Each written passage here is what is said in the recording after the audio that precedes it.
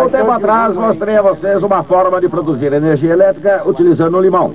Quando fazemos isso, obtemos o que se chama corrente contínua. No último programa, mostramos outra possibilidade. Nesse caso, usamos uma simples espiral de arame e um ímã. Quando produzimos energia dessa maneira, a corrente se movimenta para trás e para diante e se chama corrente alternada. É assim que é gerada quase toda a energia elétrica. A melhor maneira de fazer isso não é movimentando a espiral para trás e para diante, mas fazer com que gire de maneira uniforme no campo magnético. É assim que é gerada praticamente toda a energia elétrica. Mas é claro que para se produzir energia dessa maneira, é preciso energia para fazer girar a espiral contra as forças magnéticas e impulsionar a corrente. Isso é feito normalmente utilizando-se um motor térmico, uma turbina de gás acionada por um combustível fóssil, como petróleo, carvão ou gás, ou por um reator nuclear, ou até mesmo pela água num gerador hidroelétrico. Gostaria de mostrar a vocês como construir um desses, caso vocês um dia se encontrem numa ilha deserta e sejam obrigados a reconstruir a civilização a partir dos seus primórdios. É fácil, essa é uma roda d'água que funciona assim quando existe água para movimentá-la. Ao se movimentar, ela gira uma espiral entre os polos desse ímã permanente.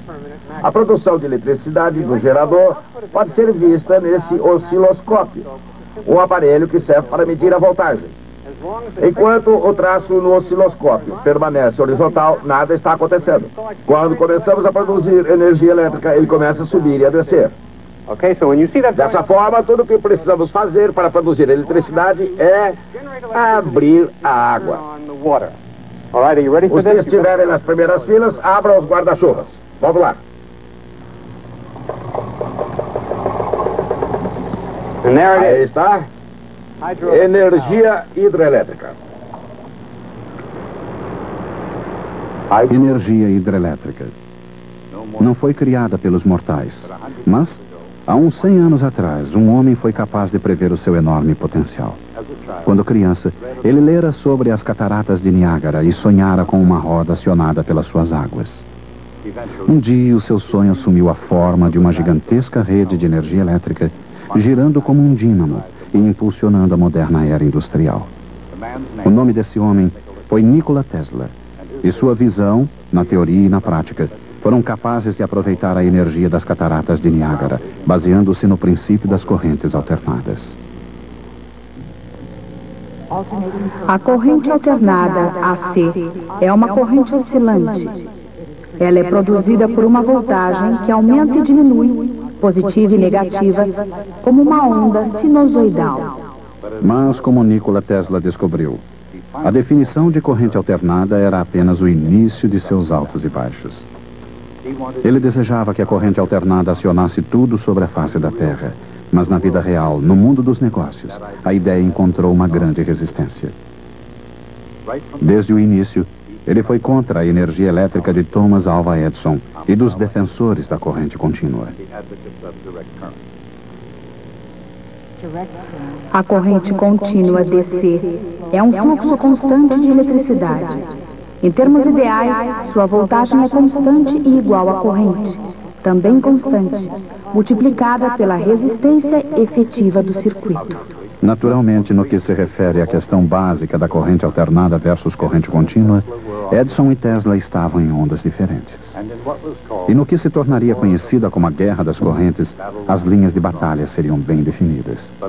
Mas a batalha foi muito além do domínio relativamente seguro da teoria científica. Muitos outros interesses estavam em jogo. Fortunas eram conquistadas e perdidas. Homens poderosos e ideias avançavam e retrocediam. Mas o que estaria realmente por trás de tudo isso? Tesla chegou a Nova York em 1884, um imigrante de 29 anos, procedente da Europa Oriental. Tesla tinha um livro de poesia, falava fluentemente uma dúzia de línguas e não tinha um tostão no bolso. Mas trazia uma carta de apresentação para Thomas Edison, que lhe deu um emprego de projetista de dínamos em sua fábrica. Naturalmente havia uma condição. Os dínamos deveriam ser de corrente contínua. E como, obviamente, Tesla estava decidido a transformar a corrente alternada no padrão internacional, sua carreira com Thomas Edison só podia tomar um rumo. Um ano depois, Tesla deixou o emprego, em parte porque Edison não teria cumprido a promessa de lhe conceder uma gratificação. Tesla logo voltaria a enfrentar dificuldades e ficaria novamente praticamente sem tostão. Mantendo-se fiel ao seu princípio de correntes alternadas, Tesla não apenas foi ao fundo, mas revolucionou a mais poderosa maquinaria sobre a face da Terra. No que se referia a utilizar a eletricidade para produzir trabalho, ninguém podia se comparar a Thomas Alva Edison. Ele era considerado o grande gênio da era da eletricidade.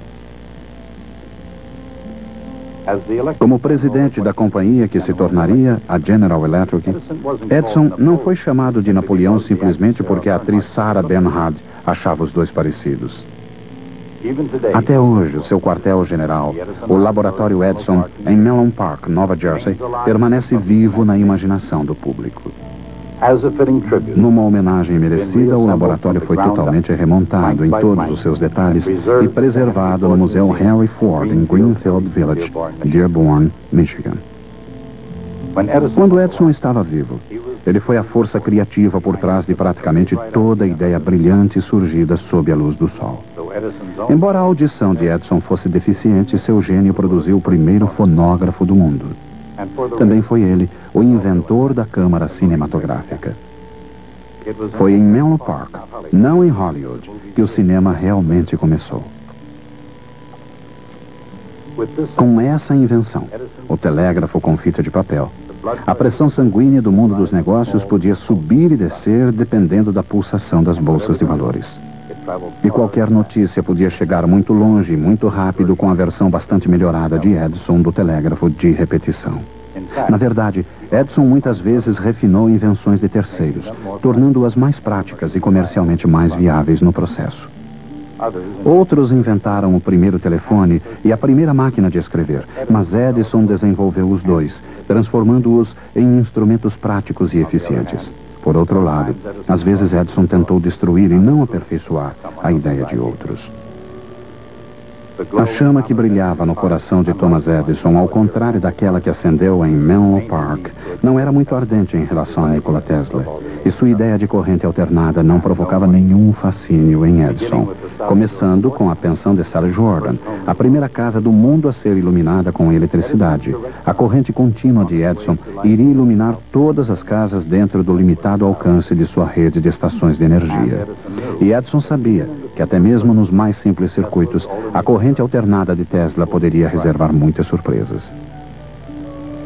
Consideremos, por exemplo, um circuito simples que consiste de uma fonte de voltagem alternada, um capacitor e um indutor.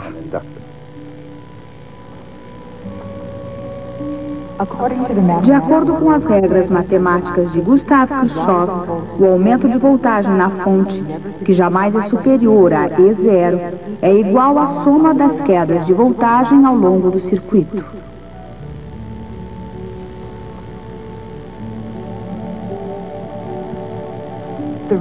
O resultado é uma equação diferencial, que pode ser escrita em termos da carga Q do capacitor.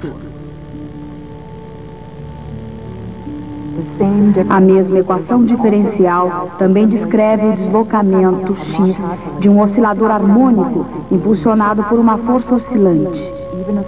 Mesmo uma pequena força, jamais superior a F0, e na frequência correta, produz oscilações cada vez maiores.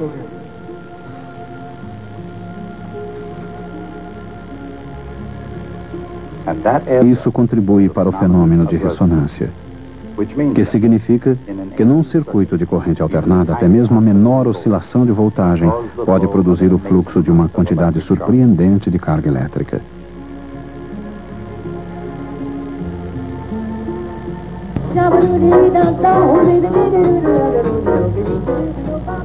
E claro que num sistema mecânico, os resultados da ressonância podem ser desastrosos. Mas às vezes, a ressonância elétrica é necessária para se obter o tom adequado. Tesla foi, na verdade, o primeiro a descrever uma rede de circuitos ressonantes afinados e antenas erguidas que constituem exatamente a maneira pela qual os sinais de rádio e televisão são transmitidos e recebidos. Uma determinada estação de televisão é sintonizada dentre todas as outras porque um circuito de corrente alternada é afinado de maneira precisa em ressonância com a frequência da transmissão. Isso se aplica tanto ao rádio quanto à televisão. E a ressonância elétrica ocorre porque, matematicamente, capacitores e indutores agem de certa forma como molas e massas. Por exemplo, quando um capacitor começa a carregar, ele produz uma voltagem que se opõe à carga. Em outras palavras, um capacitor se opõe à variação de sua carga positiva ou negativa da mesma maneira como uma mola se opõe à expansão ou compressão. Por outro lado, quando se aplica uma voltagem a um indutor, demora um pouco para que a corrente se movimente ou pare novamente. Assim, um indutor se opõe à variação da corrente da mesma maneira como uma massa inercial presa a uma mola se opõe à variação da velocidade.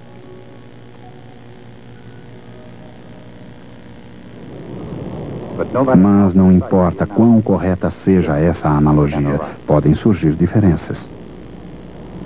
Por exemplo, quando ocorre a ressonância em osciladores elétricos, ela raramente deixa as pessoas na mão. Mas quando ocorre ressonância em osciladores mecânicos, as coisas podem sair de controle. Em circuitos elétricos, a resistência pode ajudar a manter o controle sobre as coisas. Consideremos, por exemplo, um capacitor e um resistor num circuito de corrente alternada. Se a frequência for suficientemente baixa, a carga e descarga do capacitor podem acompanhar as variações da voltagem aplicada.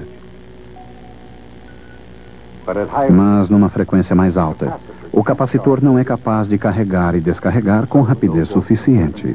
Assim não ocorrem nele diferenças de voltagem e quase toda a voltagem ocorre no resistor.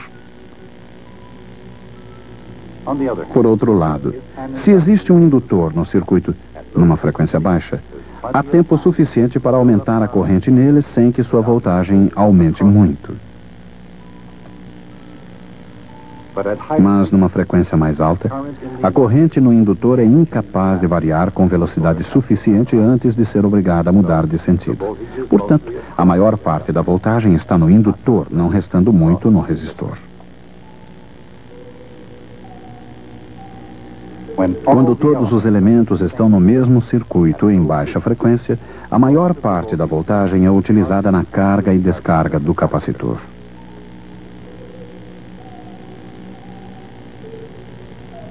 Numa frequência mais alta, a maior parte da voltagem é usada na tentativa de alterar a corrente no indutor. De fato, numa frequência muito alta, o indutor virtualmente impede o fluxo de qualquer corrente. Mas quando a frequência é correta, em outras palavras, na frequência ressonante, flui uma corrente bastante grande. O capacitor carrega e descarrega. A corrente se forma e inverte no indutor, enquanto o resistor queima energia suficiente para manter as oscilações sob controle. É claro que a Edison Company ainda mantinha o controle sobre a indústria da eletricidade. E para manter esse controle, impuseram grande resistência aos poderes cada vez maiores da corrente alternada. Assim, para ganhar a guerra das correntes, Tesla precisava de alguém que se levantasse contra as forças de Thomas Edison. É aí que entra em cena George Westinghouse. Westinghouse, o legendário industrial de Pittsburgh, foi um inventor que se tornou comerciante.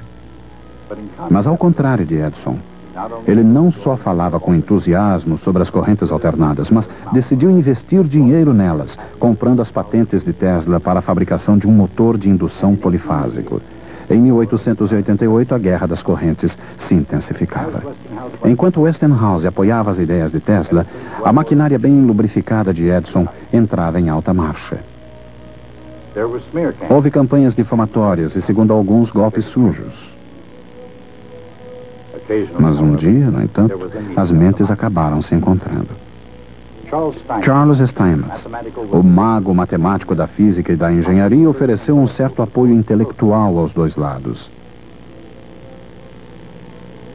Edison e Tesla puderam até mesmo trabalhar juntos, embora não por muito tempo e jamais enquanto Tesla manteve a vantagem da corrente alternada.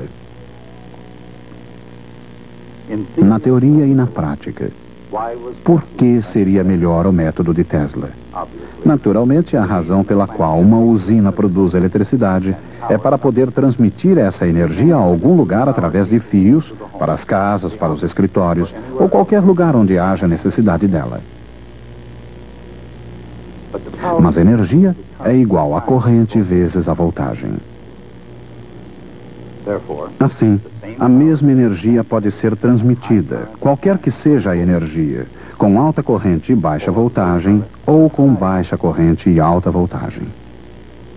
Qual é melhor?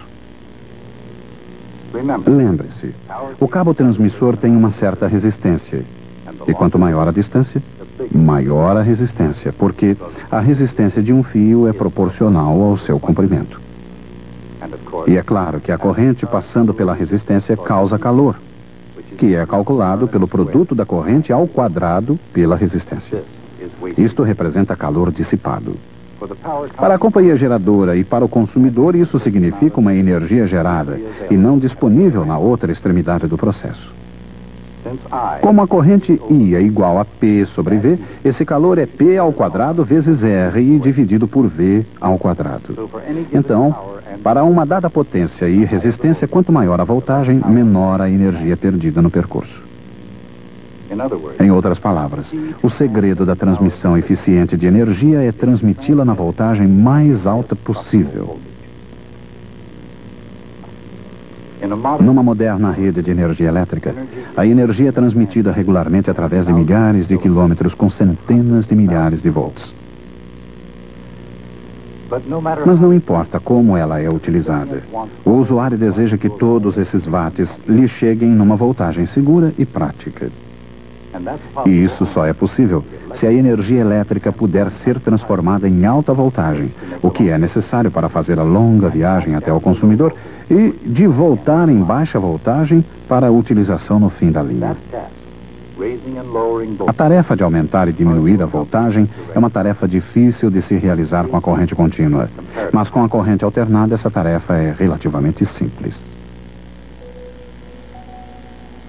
Quando a corrente alternada passa através de uma espira ou espiral, ela produz um fluxo magnético em constante mutação.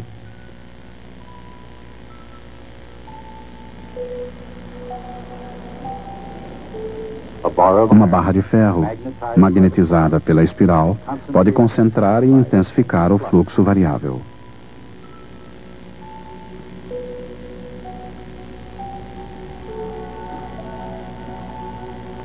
De fato, um anel de ferro pode conter todo o fluxo. E se adicionarmos um circuito secundário ao anel, uma voltagem será induzida nele à medida em que o fluxo o atravessa. Essa voltagem é proporcional ao número de espiras em torno do núcleo de ferro. É óbvio, portanto, que a voltagem da energia transmitida ao circuito secundário pode ser aumentada ou diminuída em relação à voltagem do circuito primário. Assim, embora a energia que saia seja quase igual à energia que entra, ela pode ser elevada até uma alta voltagem para a transmissão a longa distância e reduzida a baixa voltagem para a utilização segura pelo usuário. Esse princípio é exatamente a maior vantagem da corrente alternada de Tesla em relação à corrente contínua de Edison. E embora fosse revolucionário no fim do século XIX, esse princípio seria aplicado de uma extremidade à outra da Terra no século XX. Esse fato, a evidência esmagadora de que a corrente alternada impulsiona o moderno mundo industrial, nos obriga a considerar Tesla o vencedor na guerra das correntes. Por outro lado, como sempre acontece com guerras e histórias, existem sempre dois lados da mesma moeda.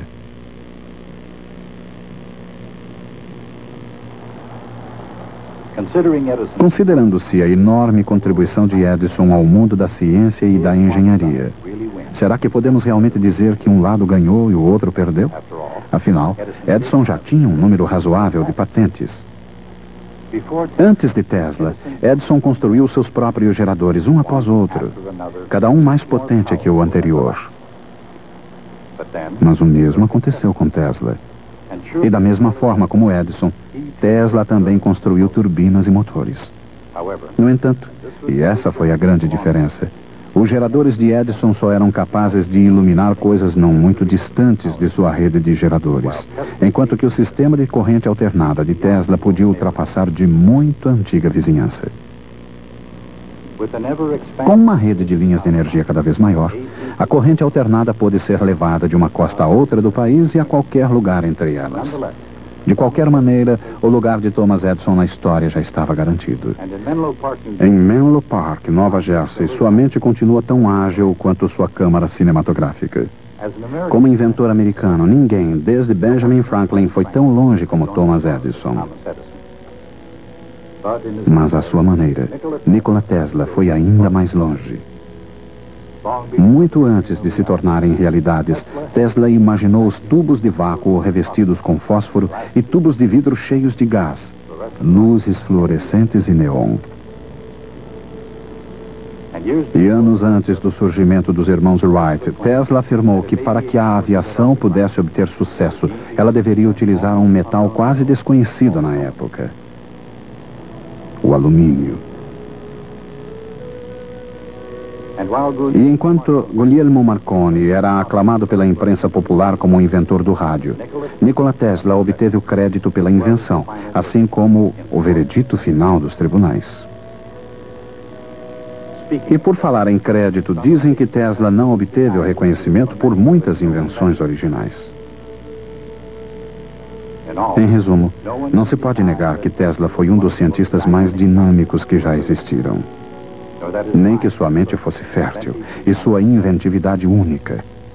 Mas Tesla, mais interessado em invenções do que em publicações científicas, manteve grande parte de sua metodologia na memória.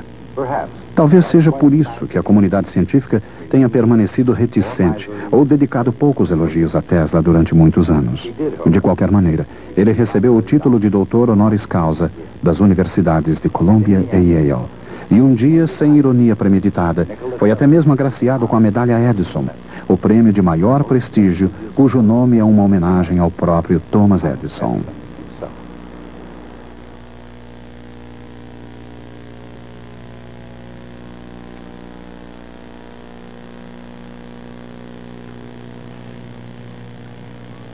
Nessa longa história que estamos contando, temos deparado sempre com certos indivíduos que podemos identificar como uma espécie santos da ciência.